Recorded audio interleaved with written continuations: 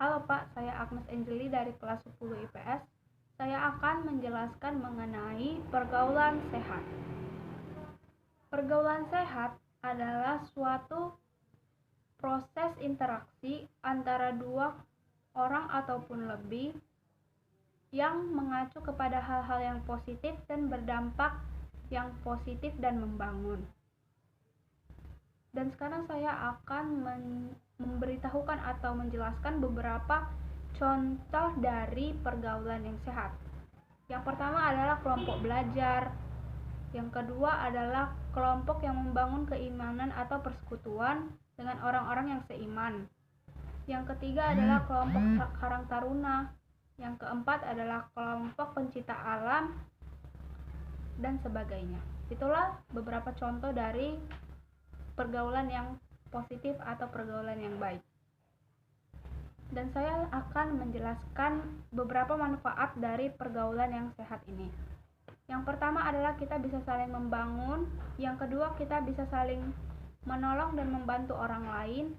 Yang ketiga, kita bisa menerapkan sikap yang baik, berkata sopan, dan juga menyelidiki setiap kekurangan dan memperbaikinya. Itulah beberapa contoh umum dari pergaulan yang sehat. Saya akan menjelaskan beberapa peran dari keluarga, sekolah, dan juga masyarakat dalam membentuk perilaku bagi anak ataupun seseorang. Yang pertama dari keluarga. Peran keluarga merupakan peran yang paling penting dalam membentuk perilaku seseorang.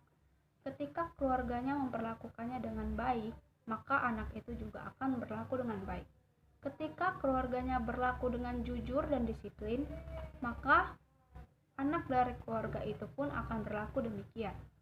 Ketika keluarganya memberikan dia kasih yang baik, memberikan dia perhatian yang baik, maka dia juga akan melakukannya kepada orang lain. Maka dia juga akan memperhatikan dan mengasihi orang lain. Yang kedua adalah peran dari sekolah. Sekolah merupakan beberapa oknum yang untuk meningkatkan ilmu dan juga karakter dalam diri seseorang.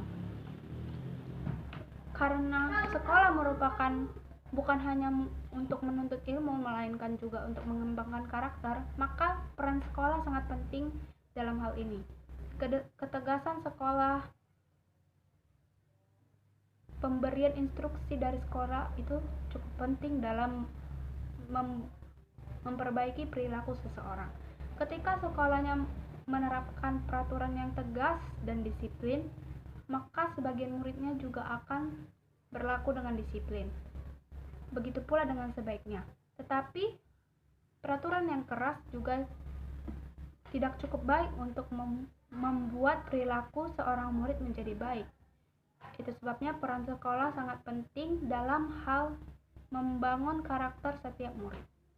Yang ketiga adalah peran masyarakat. Masyarakat atau lingkungan tempat tinggal itu cukup penting bagi perilaku anak atau seseorang.